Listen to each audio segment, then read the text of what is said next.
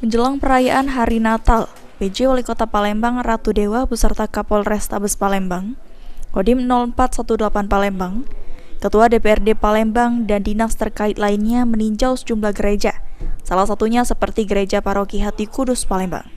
Ratu Dewa mengatakan persiapan Gereja Paroki Hati Kudus telah siap dan tertib. Diharapkan suasana tetap aman dan nyaman tanpa adanya gangguan dan hambatan. Tadi kita meninjau persiapan Natal ya, Natal dan Tahun Baru. Ada beberapa gereja tadi kita dibagi dari Forkominda Provinsi maupun Forkominda Kota.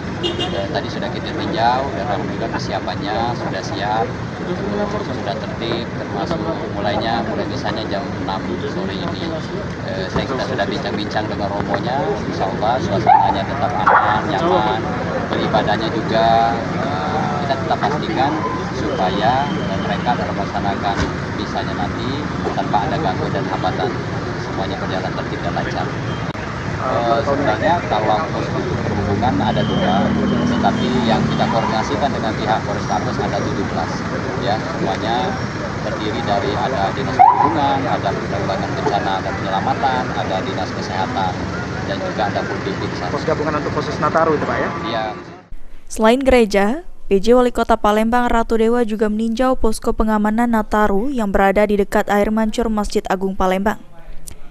Diketahui posko gabungan pengamanan Natal dan Tahun Baru sebanyak 17 titik yang tersebar di Palembang.